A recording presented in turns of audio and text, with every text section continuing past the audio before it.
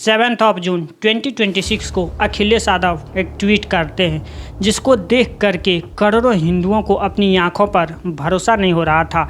अखिलेश यादव लिखते हैं कि राम मंदिर के दान पेटी से करोड़ों रुपया गायब हुए हैं और जैसे ये न्यूज़ बाहर आता है सोशल मीडिया से लेकर के आम जनता तक हड़कंप मच जाते हैं। राम मंदिर सीईओ राम मंदिर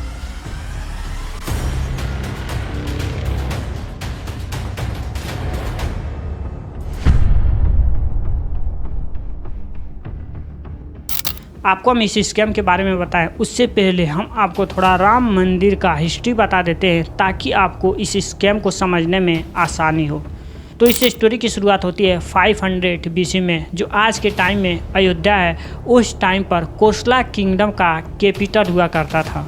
अब यहाँ से होता क्या है कि भगवान राम के जो बेटा थे महाराज कुश, वो पहली बार अपने फादर भगवान राम का अयोध्या के अंदर मंदिर बनवाते हैं और फिर पीढ़ी दर पीढ़ी इसके वंशज इस एरिया में राज करते गए और ऐसे इसकी पीढ़ी में 44 राजा आते हैं जो इस एरिया में राज करते हैं। और जो आखिरी राजा थे वो थे बिरहदबल्ला, जो कि अयोध्या के अंदर राज किया था। लेकिन इसी के टाइम पर महाभारत हो जाता है जिसमें अभिमन्यु इसे हरा देते हैं और फिर कुछ टाइम के बाद बिरहदबल्ला की डेथ हो जाता है और जैसे इसकी मौत होता है अयोध्या और राम मंदिर की हालत भी धीरे धीरे ख़राब होने लगता है और राम मंदिर की बिल्डिंग भी गिरने लगता है। और फिर ईयर आता है 57 AD, जब उज्जैन के राजा विक्रमादित्य शिकार करने के लिए अयोध्या पहुंचते हैं और फिर यहाँ जब वो साधुओं से मिलते हैं तो अयोध्या के हिस्ट्री के बारे में पता चलता है, जिससे वो बहुत ज़्यादा इम्प्रेस होते हैं और दोबारा से वो अयोध्या और राम मंदिर को रिकन्स्ट्रक्शन करने का फैसला लेते हैं। सब कुछ ठीक चल रहा होता है, लेकिन फिर ईयर 1526 में बैटल ऑफ पानीपत होता है जिसमें बाबर इब्राहिम लोदी को हरा देते हैं और फिर 1526 में बाबर का एंट्री भारत के अंदर होता है और यहाँ से पूरी स्टोरी चेंज हो जाता है, क्योंकि उस टाइम के जो रूलर होते थे वो जब भी किसी एरिया पर अपना कंट्रोल या फिर कब्जा लेते थे तो सबसे पहले वहाँ दूसरे का जो रिलीजियस स्ट्रक्चर होता था उसको डिस्ट्रॉय करके वो खुद का रिलीजियस स्ट्रक्चर बनवाता था ताकि वो उस पार्टिकुलर एरिया में अपना डोमिनेंस दिखा सके। और इस चीज़ का मेंशन कई सारे बुक में मिलता है, जैसे तारीख़-ए-वक्त बाय सैयद मुहम्मद और अकबर मुहम्मद जैसे बुक में भी मिलता है। अब जो बाबर थे वो इंडिया पर कंट्रोल करने के ठीक 2 साल के बाद वो अपने कमांडर मीर बांकी को बुलाता है और अयोध्या के अंदर कोटा रामचंद्र नाम का एक गांव था जहां मस्जिद बनाने को बोलता है। अब वहां राम मंदिर था, उसको तोड़ करके बनाया गया। ये कैसे बनाया गया वो आगे आपको स्टोरी में क्लियर हो जाएगा, तो आप थोड़ा सा वेट कीजिए। तो जब ये मस्जिद बन जाता तो इसका नाम रखा जाता है बाबरी मस्जिद और इस मस्जिद का जो लोकेशन था वो था कोटा रामचंद्र फरीदाबाद, जो कि आज के टाइम में अयोध्या है। जिसके बाद मुगल के कई सारी पीढ़ी भारत के अंदर राज करते हैं, लेकिन फिर ईयर आता है 1857 जब मुगल का एरा ख़त्म होने लगता है और ये वही टाइम था जब ब्रिटिश इंडिया के अंदर अपना कंट्रोल बढ़ाते जा रहा था। अब जब ब्रिटिश भारत के अंदर आए तो अयोध्या के लोगों ने उससे कंप्लेन करना शुरू कर दिया कि ये जो मस्जिद है वो राम मंदिर को तोड़ करके बनाया गया है और ये कंप्लेन हर दिन आता था, जिसके कारण ब्रिटिश परेशान होकर के अपना एक अधिकारी रॉबर्ट मेरिटाइन को बुलाते हैं और बोलते हैं कि तुम इन्वेस्टिगेट करके एक रिपोर्ट तैयार करो कि ये मस्जिद सच में किसी मंदिर को तोड़ करके बनाया गया है। अब ये सब इधर चल ही रहा होता है कि राम जन्मभूमि से थोड़ी दूर पर हनुमानगढ़ी थी जिसको वैरागी संत संभालते थे, जो कि निर्मोही अखाड़े से बिलोंग करता था। अब यहाँ के जो साधु थे वो बोलते हैं कि इस मस्जिद को राम मंदिर को तोड़ करके बनाया गया है और ये जो साधु थे वो उस मस्जिद को तोड़ करके अंदर घुसने की कोशिश करते हैं, जिसके कारण लड़ाई हो जाता है और ये पहली रिकॉर्डेड लड़ाई थी। जिसके बाद छोटी मोटी लड़ाई होती रहती है, लेकिन हम उस लड़ाई को इस वीडियो में कवर नहीं कर सकते क्योंकि अगर हम उसको कवर करने लग जाएं तो ये वीडियो बहुत लंबा खिंच जाएगा और फिर ये जो स्कैम हुआ है उसके बारे में हम नहीं बता पाएंगे। और फिर ईयर आता है 1989 जब बीजेपी का लीडर लाल कृष्ण आडवाणी रथ यात्रा निकालने की अनाउंस करते हैं। बेसिकली इस रथ यात्रा का मकसद ये था कि जितने भी हिंदू हैं उसको अवेयर किया जाए कि कैसे हमारे मंदिर के ऊपर मस्जिद बनाए गए हैं ताकि वो भी इस रैली में शामिल हो सके। और इस रथ यात्रा की गुजरात के सोमनाथ मंदिर से शुरू होकर के अलग अलग रीजन होते हुए अयोध्या पहुंचना था, जिसका टोटल डिस्टेंस था 10,000 किलोमीटर। और जब यात्रा शुरू होता है तो बीजेपी को अलग अलग रीजन से भारी सपोर्ट मिलना शुरू होता है और ये वही टाइम था जब बीजेपी हाईलाइट में आना शुरू होता है। और इस यात्रा से राम मंदिर का मुद्दा तेज़ी से फैलने लगता है और कई जगह वायलेशन भी शुरू हो जाता है, खास करके उस एरिया में जहां हिंदू और मुस्लिम की इक्वलिटी पॉपुलेशन नहीं थी। जिसके कारण 23 अक्टूबर जब ये रथ यात्रा बिहार पहुंचता है तो उस टाइम के मुख्यमंत्री लालू प्रसाद यादव लाल कृष्ण आडवाणी को गिरफ्तार कर लेते हैं और रथ यात्रा को रोकवा देते हैं। और लालू प्रसाद यादव रीजन ये देते हैं कि जहाँ से भी ये रथ यात्रा गुजरा है वहाँ वायलेशन हुआ है, इसीलिए हम अपने स्टेट में दंगा नहीं होने देंगे। जिसके बाद इसमें जितने भी कर सेवक थे वो प्लान बनाते हैं कि भले ही रथ यात्रा को बिहार में रोक दिया गया हो लेकिन हम अयोध्या पहुँच कर रहेंगे। जिसके बाद जितने भी कर सेवक थे वो इस चीज़ का अनाउंस कर देते हैं कि हम अयोध्या पहुँच रहे हैं। लेकिन तभी मुलायम सिंह यादव ने अनाउंस किया कि जो विवादित एरिया है वहाँ परिंदा भी पर नहीं मार सकता, अगर ऐसा वहाँ कोई घुसने की कोशिश किया तो बहुत गलत होगा। लेकिन जितने भी कार सेवक थे वो इसको एक चैलेंज की तरह लेते हैं और फिर अयोध्या पहुंचते उस विवादित एरिया के पास पहुंच जाता है। पुलिस बहुत रोकने की कोशिश करता है लेकिन रोक नहीं पाता है। जिसके बाद पुलिस फायरिंग स्टार्ट कर देते हैं जिसमें 30 लोगों की जान चली जाती है। लेकिन जिस चीज़ के लिए बीजेपी ने अपने आप को राम मंदिर के मुद्दे से जोड़ा था उसको उसका प्रॉफिट हुआ और फिर बीजेपी का पूरी चर्चा देश भर में होने लगता है। और फिर 1991 में यूपी के अंदर बीजेपी का गवर्नमेंट आ जाता है और कल्याण सिंह को मुख्यमंत्री बनाया जाता है। और जैसे ही कल्याण सिंह मुख्यमंत्री बनते हैं वो अनाउंस कर देते हैं कि भले ही मेरी सत्ता ना रहे लेकिन फिर भी राम मंदिर बन करके रहेगा।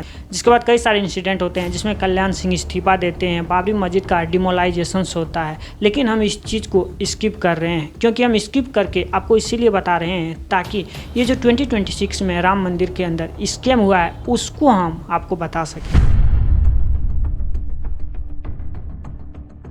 और फिर साल आता है 2011 जब राम मंदिर का मुद्दा सुप्रीम कोर्ट में पहुंचता है। पहले तो कई साल तक इस फाइल को छुआ ही नहीं गया लेकिन फिर ईयर 2017 में इस केस को ओपन करता है। जिसके बाद सुप्रीम कोर्ट कई सारे एविडेंस को पढ़ करके अपना फैसला सुनाते हैं। सुप्रीम कोर्ट का जो फैसला था वो 4 चीज़ों पर बेस्ड था। पहला ASI का रिपोर्ट जिसमें ये बताया गया था कि ये जो मस्जिद बना है इसके पहले यहाँ कोई भी नॉन इस्लामिक ढांचा, और ये से 3 और एविडेंस को पढ़ करके इस फैसले को सुनाया गया था। और फिर इस फैसला को सुनाने के बाद वहाँ के जो कॉन्फ्लिक्ट लैंड था उसको राम मंदिर बनाने के लिए अलाउ कर देते हैं। और जब मंदिर बनाने का ऑर्डर दिया था तो उसी के साथ साथ एक ट्रस्ट भी बनाने का ऑर्डर दिया था ताकि मंदिर कैसे बनेगा, फंड कैसे मैनेज होगा और वहाँ का जो दान पेटी में डोनेशन आएगा उसको मैनेज कैसे किया जाएगा, उसके लिए ट्रस्ट बनाने के लिए बोला था। और ये ट्रस्ट बनाना कोई बड़ी बात नहीं था क्योंकि जितनी भी बड़ी बड़ी मंदिरें हैं उसको ट्रस्ट ही मैनेज करता है। लेकिन फिर ऑर्डर के 3 महीने बाद जब बीजेपी गवर्नमेंट ने राम जन्मभूमि तीर्थ क्षेत्र राम मंदिर के लिए ट्रस्ट बनाया तो उसमें इसने एक चीज़ किया, वो ये कि इस ट्रस्ट को ऑटोनोमस बनाया गया। मतलब जनता RTI डाल करके राम मंदिर का हिसाब नहीं मांग सकता है। लेकिन बीजेपी गवर्नमेंट ने तो वन पेपर इसको ऑटोनोमस बना दिया था लेकिन इस ट्रस्ट के अंदर जितने भी लोग थे उसका कनेक्शन सीधा बीजेपी से था। और ये ऐसा हम क्यों बोल रहे हैं अभी मैं आपको दिखाता हूँ। 15 में से 12 को खुद बीजेपी ने नॉमिनेट किया था, जैसे नृपेंद्र मिश्रा जो कि मोदी जी के साथ कई सालों तक काम किया था। और ऐसे ही इसमें RSS और VHP के लोग भरे हुए थे, जैसे चंपत राय जो कि बचपन से ही RSS से जुड़ा हुआ था। लेकिन जब राम मंदिर आंदोलन होता है तो RSS ने उसे VHP में भेज दिया जहां उसे इंटरनेशनल वाइस प्रेसिडेंट बनाया गया था। और ऐसे ही कई सारे मेंबर्स थे जो डायरेक्टली या इनडायरेक्टली बीजेपी से जुड़े हुए थे।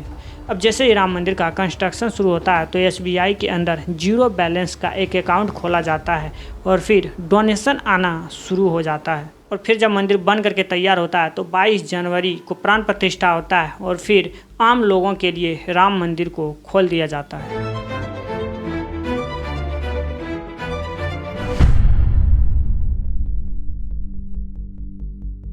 जिसके बाद भारी डोनेशन आना शुरू होता है और इस चीज़ को मैनेज करने के लिए 4 हाईटेक काउंटिंग मशीन लगाया जाता है और कंप्यूटराइज काउंटर्स बनाया जाता है। लेकिन जब इससे भी नहीं संभालता है तो इस टीम को बड़ा किया जाता है और फिर राम मंदिर से 200 मीटर दूर फैसिलिटी सेंटर के अंदर बेसमेंट में एक काउंटिंग रूम बनाया जाता है जिसमें कैमरा इंस्टॉल किया जाता है और कई सारे गार्ड्स भी लगाए जाते हैं ताकि काउंटिंग में कोई गड़बड़ी ना हो सके। जिसके बाद सारा चीज़ स्मूथली चल रहा होता है। बीच में कई सारे न्यूज़ भी आते हैं लेकिन उसे दबा दिया जाता है। लेकिन मार्च 2026 को SBI वाले को डोनेशन काउंटिंग के अंदर कुछ गड़बड़ी दिखती है, जिसके बाद सेम डे SBI वाले ट्रस्ट के लोगों से संपर्क किया और बोला कि जितने भी काउंटिंग स्टाफ्स हैं उसको बदल करके दूसरे को ले आते हैं ताकि चोरी का डर खत्म हो जाए। लेकिन अनिल मिश्रा और चंपत राय इस चीज़ को करने से साफ साफ मना कर देते हैं। जिसके बाद SBI वालों ने वहाँ का स्टाफ तो नहीं चेंज कर सका, लेकिन वहाँ जो CCTV कैमरा लगे हुए थे वो तो थे ही। इसने क्या किया कि हिडन कैमरा लगा दिया ताकि उस रूम के अंदर जो भी एक्टिविटी होता है वो पता चल सके। और फिर कुछ दिन तक वेट करने के बाद SBI वाले एक सप्ताह का फुटेज और वीडियो चेक करना शुरू करते हैं और जो सामने आता है उसको देख करके उसके पैर तले ज़मीन खिसक जाता है। वो देखते हैं कि जानबूझ करके वहाँ के जो स्टाफ्स हैं वो CCTV कैमरा के सामने आ जाते हैं और फिर कई लोग पैकेट में पैसे की गाड़ी को भर लेते हैं। और इसमें जो सबसे आगे दिख रहा था वो था अविनाश शुक्ला, जिसके बाद ट्रस्ट और पुलिस इसको अरेस्ट कर लेते हैं लेकिन इसके ऊपर केस नहीं करते हैं ताकि ये केस को दबाया जा सके। लेकिन फिर कुछ टाइम के बाद ट्रस्ट के लोगों को भी ये सारे बात पता चल जाता है, जिसके बाद जो लोग वहाँ से पैसा नहीं कमा पा रहे थे वो सपा के एक नेता को ये सारी बात बता देते हैं। जिसके बाद वो नेता अखिलेश यादव को ये बात बता देते हैं और फिर अखिलेश यादव 7 जून 2026 को एक ट्वीट करते हैं जिसमें लिखते हैं कि राम मंदिर के दान पेटी से करोड़ों रुपया गायब हुए हैं। जिसके बाद देखते ही देखते ये न्यूज़ नेशनल न्यूज़ बन जाता है और आम लोगों में हड़कंप मच जाता है। Allegations of corruption have shaken one of the country's most sacred sites, the Ram Mandir. The question is simple: was public trust betrayed in the name of faith? And if so, who is responsible? फिलहाल इस चीज़ के लिए ओगी government SIT team बिठा दिया है जिसमें जांच चल रहा है और कई सारे लोगों का नाम भी सामने आ चुका है। अब इसमें देखना ये है कि इसमें जो मेन लोग हैं उसको कब अरेस्ट किया जाता है। दोस्तों वैसे आपको इस मुद्दे पर क्या कहना है कमेंट में ज़रूर बताएं और ये ऐसे वीडियो के लिए चैनल को सब्सक्राइब करके पेज को फॉलो करें।